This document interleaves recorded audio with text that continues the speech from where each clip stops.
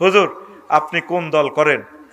আমি করি আওয়ামী লীগ, বিএনপি, জাতীয় পার্টি, এনসিপি, আর কিটা ইসলামী শাসনতন্ত্র আন্দোলন।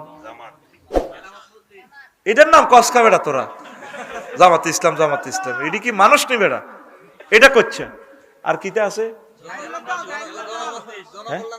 জনকল্যাণ পার্টি, ছাত্র অধিকার, এবি পার্টি।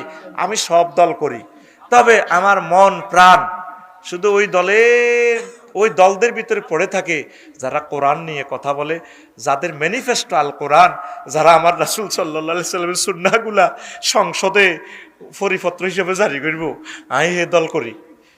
আমি তোকে ব্যাগ দলের ভিত্তি আছি, তবে দল আর হিডা কোরআনের দল। নাহনু হেজবুল্লাহ, আমিন ক বুঝতি ব্যাস। আর আয় তো সরকারি দল, সরকার যখন যে দল সরকারে আইব হে দল আয়, কারণ আয় তো সরকারি প্রফেসর, ওরে কথা কয় না। আয় কি দল? সরকারি দল। তবে সরকারের উপর আর একটা সরকার আছে, আল্লাহ। তিনি আমার কে? ওই আমি হেজবুল্লাহ করি, আল্লাহর দল।